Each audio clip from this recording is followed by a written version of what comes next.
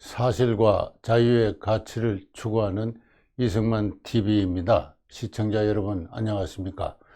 이영훈의 역사비평, 오늘의 제목은 일정기의 트라우마로부터 해방되자 라는 것입니다.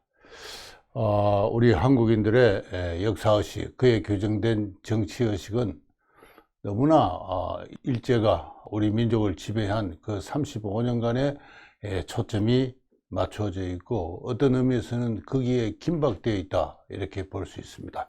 해방된 지가 벌써 76년이고 그리고 독립국가를 세운 지가 벌써 72년인데도 아직도 그 이전의 35년간, 지난 시간에 저는 긴 역사에서 보면 하나의 중기적 파동에 불과하다 했습니다만, 그 35년의 기간에 대한 각종 기억, 그 기억의 저주, 그 트라우마로부터 자유롭지 못합니다. 이것으로부터 해방되지 않고서는 건강한 역사관을 재정립하기 힘들다, 저는 그렇게 생각하고 있습니다. 얼마나 깊게 그 트라우마에 매여 있는지를 현행 고등학교 한국사 교과서를 통해서 살펴보도록 하겠습니다. 이 보여드리는 이 화면의 교과서는 2010년에 발간된 미래엔 컬처 그룹에서 발간해서 가장 보급도가 높다고 평가된 한국사 교과서입니다. 이후 2020년에 다시 수정이 되었습니다만 2010년 이래 10년간 쓰인, 따라서 이 교육을 받은 세대가 오늘날의 20대를 형성하고 있는 그와 같은 교과서입니다. 이 교과서에는 총 9개의 부로 이루어져 있는데, 그 부의 원제목이 아니라 그 부가 대상으로 하고 있는 시대를 알기 쉽게 상식적으로 표현을 해서 각각 분량이 얼마인가를 살펴봤습니다. 고조선과 고대국가가 30쪽, 고려와 조선 전기가 30쪽, 조선 후기가 40쪽, 17세기 후반에서 개항이죠. 개항 전기 36쪽, 개항 후기 64쪽, 그 다음에 일제시대 일정전기 60쪽, 일정말기 46쪽, 미군정과 이승만 정부 시기가 36쪽, 4.19 이후가 55쪽, 그래서 총 397쪽입니다. 397페이지 내에 이 제국주의 침략사, 지배사라고 할 수 있는 개항기와 일정기를 합하면 206쪽이고 52%나 됩니다. 우리 한국인들의 역사가 자그마한 지천을 한 문명의 역사를 길게 잡아서 한 2000년 기원전후에 문자와 국가가 형성되기 시작했으니까 2000년의 긴 문명사를 갖는 이 민족의 역사를 서술하면서 52%를 1876년 이후 1945년까지 69년간의 할당을 하고 있는 겁니다. 이게 바로 얼마나 이 시기가 한국사 교육에 있어서 중시되고 있는가 라는 것을 단적으로 나타내는 좋은 예입니다. 그런데 그 내용이 전부 침략과 파괴와 해체와 수탈과 그에 대한 한국인의 피해와 저항으로 이루어진 민중사관이죠.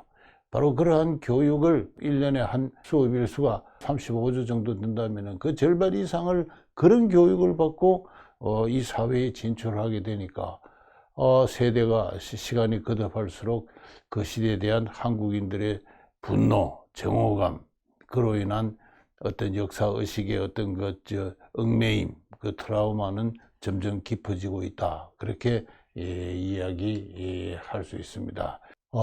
저는 우리 한국 사회는 대립하는 두 역사관이 있다고 생각합니다. 바로 교과서에 쓰여 있는 것은 지배적인 오늘날 국사학, 역사학계를 통합하고 강력하게 지배하고 있고, 나아가서 국민교육의 제도와 기회를 통해서 국민들에게 널리 선전되고 교육되고 있는 그 역사관이죠. 이 역사관에 의하면 19세기는 건전한 국가고 발전하는 사회였습니다. 그러나 일정기는 파괴되고 왜곡되었습니다. 일제 침략이 그러한 결과를 가져왔습니다. 대한민국은 이러한 일정기의 침략을 진정하게 청산하거나 극복하지 못한 그러한 나라로서 독재와 부정부패와 대외정속으로 특징지는 역사였고, 그에 저항하는 민중의 혁명이 4.19 혁명, 광주 민주항쟁, 육시항쟁, 촛불혁명을 통해서 이어져 왔다. 이런 역사관이죠.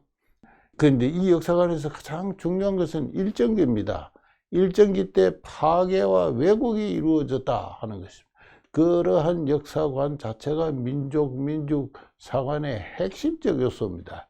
그러나 저는 지난 시간에 말씀드렸습니다만 일정기를 그렇게 단순하게 생각할 수 없다. 많은 측면에서 사실에 반한다. 저는 제가 동료들과 함께 추구하는, 또 우리 이승만 학당이 추구하는 사관은 자유민주 사관이다. 여기는 19세기를 조선왕조 말기입니다. 조선왕조 전체 500년의 역사를 그렇게 이야기할 수는 없고, 그에 대해서는 앞으로 차츰 말씀드리겠습니다만 19세기는 위기의 국가입니다. 이미 내부적 위기가 시작되었습니다. 사회와 경제는 정체하고 있었습니다. 이런 상황에서 빈번하게 국가로서 자기를 방어하지 못했고, 전쟁다운 전쟁도 한번 해보지 못한 채 일제에 의해서 지배당했습니다. 일제의 지배기는 근대라는 문명이 이식되는 과정이었고, 단순한 이식만이 아니라 한국의 전통적인 문명, 그 저력이 새로운 이식된 근대와 사교작용하면서 전통을 개성하고 변형하고, 그렇게 해서 이 사회, 경제, 문화의 내용을 더욱더 풍부하게 일구었던 그런 시기다. 그런 이야기를 했습니다. 대한민국은 그 바탕 위에서 국민국가를 재건을 하고, 그리고 새로운 문명을 창조하는 세계의 선진국가로서 발돋움하고 있는 그러한 현실이고, 또 저간의 과정도 그에 충실했다. 저는 그렇게 생각을 하고 있습니다. 그래서 이 두 사관이 앞으로 대립과 갈등을 하면서 어느 쪽이 지배력을 확보해서 국민교육의 내용을 채우는가에 따라서 이 나라의 역사는 크게 장래는 달라질 것이다. 그렇게 생각하고 저희들이 학당을 열고 또 이 강의를 하고 있는 사명의식은 바로 이 자유민주사관의 넓은 보급에 있다. 저는 그렇게 개인적으로 다짐하고 있습니다. 여기서 결정적으로 중요한 게 일정기를, 일본이 조선을 지배한 35년을 어떻게 파악하는가 하는 문제다라는 것은 더 말할 필요가 없는 것이죠. 저는 한국이 지금과 같은 문재인 정부에서와 같은 외교 노선, 일본과의 그 불화를 조장하고 일본과의 대립 노선을 추구하는 그러한 그 국가는 그렇게 하는 한 밝은 미래는 없다고 생각합니다. 이미 잘 알려진 책입니다만 제레드 다이아몬드 문명의 붕괴 컬랩스라는 책이 있습니다. 세계적인 어떤 베스트셀러이기도 하죠. 이분은 그 뒤에 총균세라는 더 잘 알려진, 더 널리 베스트셀러로서 군림하고 있는, 장기적으로 지금도 그렇습니다. 그 책의 그 저자입니다만은 이 사람이 이 인류 역사 문명사에서 수많은 문명 단위가, 크고 작은 문명 단위가 소멸했다. 이름도 없이 소멸했다. 몇 개의 큰 문명 단위만 지금 살아남아 있는데, 이 소멸한 원인이 뭔가를 쭉 추적을 했습니다. 그 책이 바로 이 컬랩스 문명의 붕괴인데, 환경 파괴를 하나의 조건으로 들 수 있다면 그 중에 하나가 이웃과 불화하는 문명은 언젠가는 반드시 붕괴한다 하는 것입니다. 그 이유를 제가 설명드리지는 않겠습니다. 이웃과 협력하는 문명과 이웃과 대립 불화하는 문명, 그 미래는 천양지차가 있습니다. 우리가 비록 과거에 일본과의 관계에서 불미스럽고 또 부끄럽고 또 분노스러운 시기가 있었죠. 그러나 그로부터 해방되어 가지고 그것은 내면화하고 그걸 교훈화하고 그런 가운데 밝은 미소를 띠면서 이웃과 협력을 할 때, 그것은 일본을 위해서가 아닙니다. 우리 스스로 우리의 자손들을 위해서 새로운 미래를 창출해 나가는 밝고 아름다운 어떤 국가를 건설해 나가는 어떤 필수적인 조건이죠. 제가 이야기하는 자유민주사관은 그와 같은 어떤 실천적인 문제의식을 갖고 있다 하겠습니다. 제가 이렇게 이야기하면서 오늘 조금 이야기가 좀 난사할지 모르겠습니다만 좀 제 나름대로 역사라는 것이 어떤 것인가라는 것을 좀 많이 여러 가지 실증 작업을 하면서 스스로 든 생각입니다. 물론 이와 같은 유사한 이야기를 한 그 외국의 역사학자, 프랑스 유명한 브로델 이야기하는 일상생활사, 전체사 그런 것과도 상당한 밀접한 관련성이 있습니다만은 이 역사라는 것이 저는 상당히 복합적이다 하는 것입니다. 아니 예컨대 민중사관에서는 역사의 주류적 흐름이 있다 그러죠. 동학농민혁명, 3.1운동, 광주 학생운동, 4.19 혁명, 광주항쟁, 60항쟁, 그리고 촛불혁명, 이런 식으로. 그러나 저는 역사에서 그런 어떤 모든 인간을 구속하는 주류적 흐름은 다분히 조작된 것이거나 정치적 슬로건에 불과하다고 생각합니다.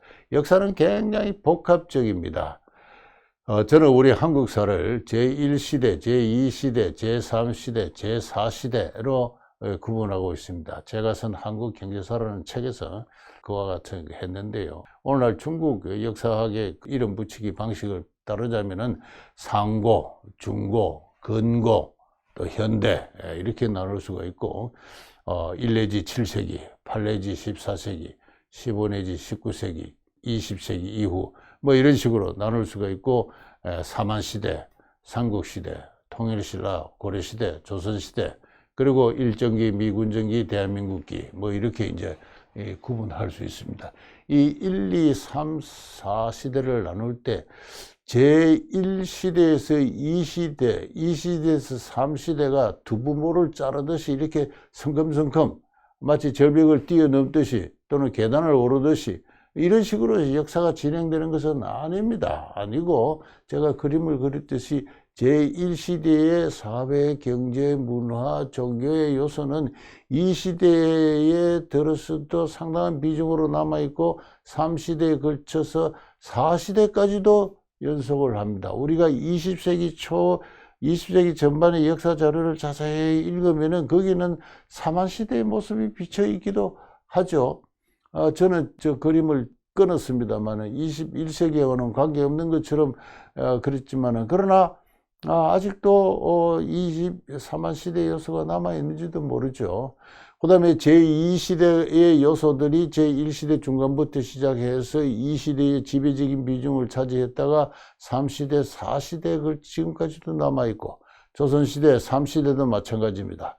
제4시대는 소위 말해서 서구의 근대 문명과 우리의 전통 문명이 서로 이렇게 접합하고 그렇게 해서 새로운 구조를 만들어내는 그런 시기입니다. 개항기부터 들어와 가지고 그래서 급속하게 3시대 조선의 전통적인 요소가 감소를 합니다만 그러나 자세히 관찰하면은 20세기 중반 어느 시기에는 오히려 제3시대 요소가 증가할 수가 있겠고 또 지금도 어떤 의미에서 증가하는 추세일 수도 있습니다. 또는 논자에 따라서는 급속하게 감소하는 시대일 수도 있고요. 판단하기가 힘든 어떤 그런 측면도 있습니다. 왜냐하면 아직은 짧기 때문에 그렇습니다. 시작된 지가 겨우 한 150년 정도밖에 안 되는 시대이기 때문에 그 중기적인 귀추가 그렇게 간단하게 일방적으로 3시대 요소가 감소하고 있다고 이야기하기 힘든 그런 측면들이 있습니다. 그런데 각 시대는 이와 같이 그 기원을 달리하는 시관성의 복합으로 이루어지고 이것들은 상호작용을 합니다. 작용을 해서 이거를 입체적으로 그리면은 독특한 하나의 한국만의 어떤 그 구조가 형성됩니다. 우리가 아무리 노력해도 일본이 될 수가 없고 우리가 아무리 애를 써도 미국의 민주주의나 시장 경제가 될 수가 없습니다. 우리가 발을 벗고 잠을 자지 않고 노력해도 결국 영국이 될 수는 없어요. 한국인들이 노력하면 노력할수록 한국적 현대 내지 근대 문명이 창출되는 겁니다. 그렇게 우리가 알기 위해서는 이 한국적 근대를 구성하고 있는 오늘날의 이 현대 사회의 다양한 시간성, 복합성, 그들이 만들어내는 상호작용, 구조 이런 것을 알아야 됩니다. 그래서 역사가라는 것은 아무나 내가 역사를 안다고 이야기해서는 안 되고, 어느 사료를 볼 때, 그것의 시간성을 감각하고 차별할 줄 아는 능력을 갖는 사람들이 바로 진정한 의미의 학자로서 역사가입니다.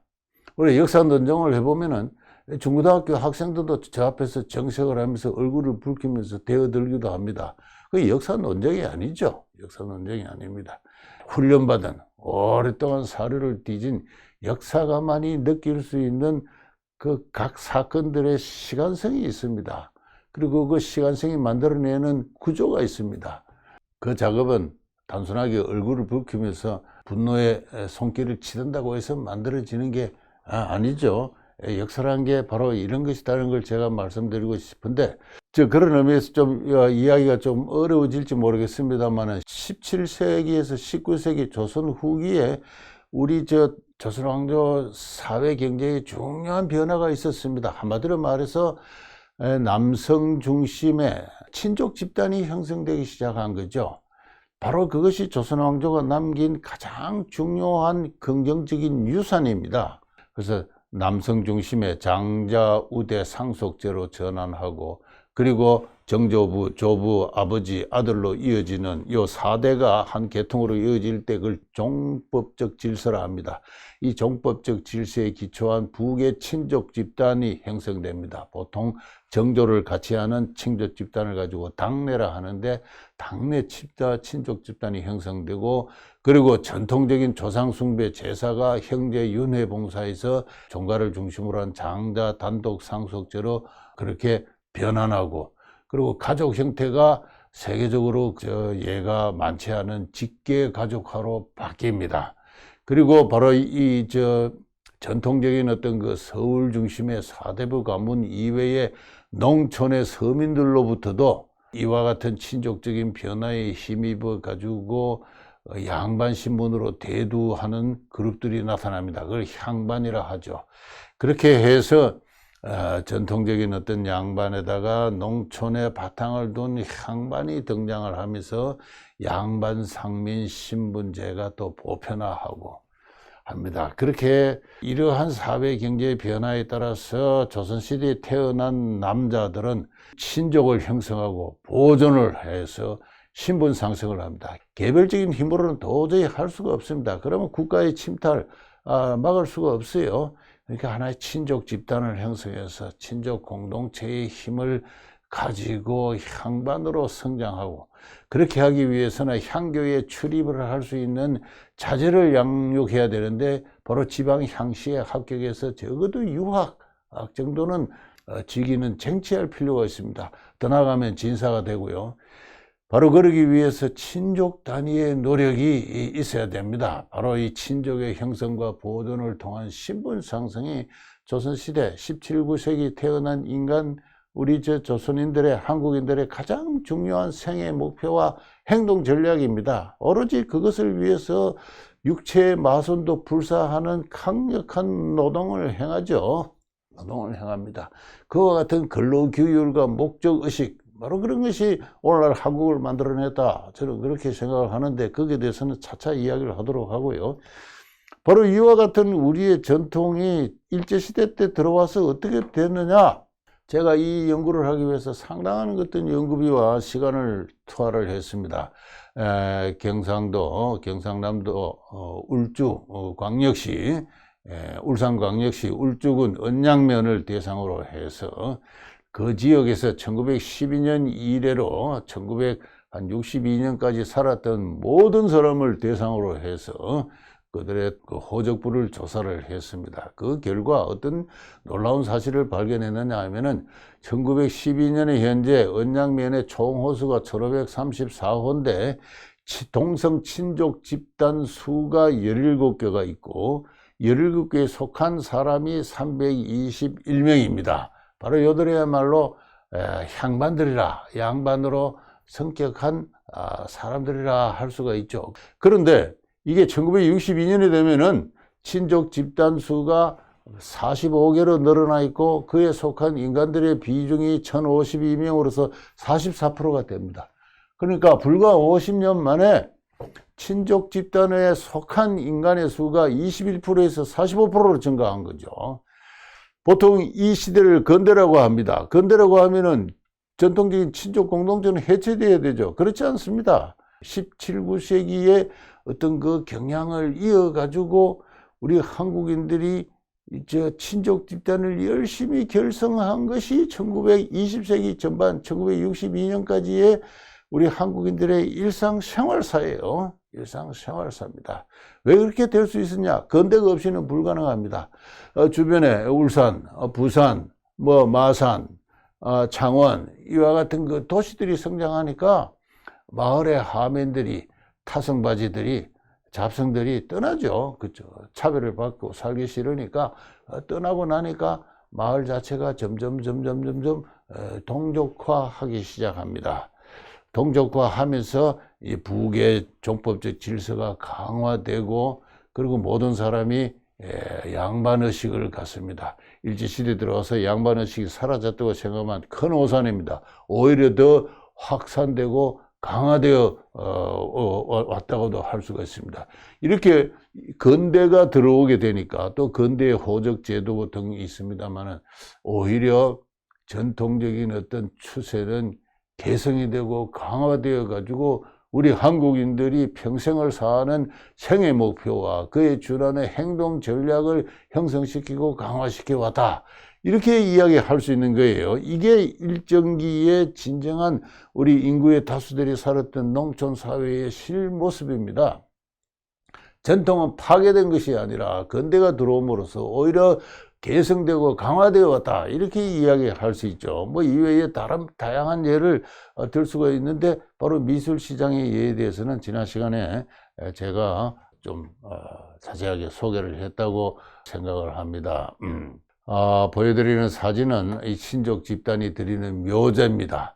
적어도 조상의 묘 앞에서 원근 각지의 친족 집단이 모여서 제사를 드리는 것, 이것은 조상을 위해서가 아닙니다. 우리 집단은 적어도 양반이다, 쌍놈이 아니다 하는 것을 지역사회에 과시하는 훌륭한 하나의 의례행위죠. 그리고 그 옆에 건물은 조상의 묘, 입향조나 중요한 출세한 조상의 묘의 근처에 세워준 제각입니다. 제각에는 이제 마람이 살죠. 제각, 제시를 지키는 마람이 살고, 묘제를 드릴 때 제물을 준비를 하고 그 다음에 제기를 잘 보관하고 하는 그런 것입니다. 적어도 묘제를 지리고 묘제 밑에 제각을 만들어 둔 요 친족 집단이야말로 가장 주변 농촌 소농사회에서 존경받는 양반 신분입니다. 제가 언양의 경우에 1910년대 초기에 요 제각을 보유한 친족 집단은 3집단에 불과했습니다. 그러나 조금 전에 보여드린 대로 친족 집단이 강화돼서 1980년이 되면 제각의 수가 8개로 늘어납니다. 성공한 자식들이 도시에 나가서 대학을 나오고 관료를 하고 회사 사장을 하고 돈을 벌어서는 고향에 들어와서 저 제각을 짓는 것, 그러고 나면은 자기 조상에 대한 후손으로서 도리를 다했다 하고 생을 마치는 것, 이게 1960년대 70년대까지의 한국인들의 일반적인 삶의 목표였고 그에 준하는 생애 전략이었습니다. 이걸 알아야 됩니다. 역사라는 것은 그렇게 복합적이다. 근대가 들어와서 오히려 전통과 상호작용을 하면서 다수 인간들의 행동 원리를 이렇게 바꿉니다. 이러한 것이 살아있는 진정한 역사다 하는 것입니다. 자, 제 이야기를 마치겠습니다. 일정기를 일본이 조선을 파괴하고 수탈하고 해체한 그 시대다. 그 역사의 어떤 부의 유산을 이어받아서 대한민국이 부정부패와 장기 독재와 대외종속의 역사다. 그로부터 이를 혁명하기 위한 민중 혁명이 전개되어 와서 오늘날의 촛불혁명 그 정권을 이루고 있다. 이와 같은 생각, 그 원천이 되는 일정기 트라우마로부터 해방되기 위해서는 첫째, 역사 서술의 단위를 민중에서 가족과 개인으로 바꿔야 됩니다. 가족과 개인이야말로 역사의 진정한 주체입니다. 그리고 말로 하는 역사, 이거 안 됩니다. 요사이 저 역사학자들 보면요, 전부 비평사입니다. 비평사. 뭐 외국 책 몇 개 읽고, 외국에는 어떤데, 독일은 어떻고 말이죠, 프랑스는 어떻고, 영국은 어떻고, 그건 하나의 입으로 하는 역사는 진정한 역사가 아닙니다. 발로 하는 역사여야 됩니다. 농촌을 다니면서 각종 자료를 수집하고 지난 20세기에 무슨 일이 있었던가를 확인을 해야 되죠. 발로 하는 역사를 해야 됩니다. 그리고 일반 시민들은, 민중들은 발로 하는 역사에 대해서 관심을 갖고 거기에 대해서 그 책을 읽고 또 토론을 하고 이 공부를 해야 되죠. 그 다음에는 역사의 복합성, 그 익명의 주체들에 대해서 겸손해야 됩니다. 역사의 주류가 있다. 이게 역사의 진정한 흐름이다. 어떤 제가 지난 시간에 소개한 잘 알려진 역사가 이름을 이야기하지는 않겠습니다. 제 앞에서 그랬습니다. 이 교수, 일제강점기는 독립운동 이외에는 역사가 아니야. 그랬습니다. 그 말도 안 되는 소리죠. 역사는 대단히 복합적이고 상이한 시간성이 서로 작용하는 가운데서 환경의 변화에 따라서 그 추이가 우연하게도 아무도 예상하지 못하는 방향으로 나아갈 수 있는 그런 것입니다. 역사의 복합성, 우연성, 그것을 만들어내는 상이한 시간성, 그 역사의 장기성에 대해서 겸손해야 됩니다. 그 다음에 네 번째는 그러한 역사를 특정한 방향으로 인도한 지도자에 대한 존경심입니다. 젊은 역사학자들이 모여가지고 걸핏하면은 이정만, 박정희를 그 두 사람을 마치 동네 무슨 부르듯이 함부로 이름을 부르면서 최소한의 존칭도 부리지 않고 이야기를 매도를 하고 있는 모습들 보고 있습니다. 그래서는 곤란하죠. 이러한 역사가 대단히 복합적이고 우연적이지만 그걸 특정한 방향으로 이끌어가는 데는 세계사의 큰 주류에 대한 인식이 있기 때문에 그렇습니다. 그에 대한 강력한 소명의식과 실천 능력이 있기 때문에 그런 것이죠. 그러한 지도자는 그렇게 자주 나타나는 것이 아닙니다. 대한민국을 세우고 산업화를 일군 지도자에 대한 존경심을 가져야 되죠. 특히 오늘날 집권 세력들에게 이제 집권을 몇 차례 해봤으니까 잘 알 거 아닙니까? 그 역사는 그렇게 마음대로 되는 게 아닙니다. 역사에 대해서 겸손하고 그리고 역사를 인도한 지도자들에 대한 존경심을 가져야 됩니다. 그렇게 해서 그 일정기의 트라우마로부터 먼저 해방될 필요가 있다 하는 것을 제가 오늘 시간 강조를 드렸습니다.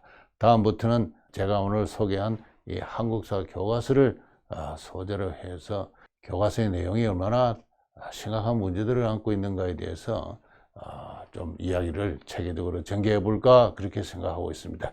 예, 경청해 주셔서 감사합니다.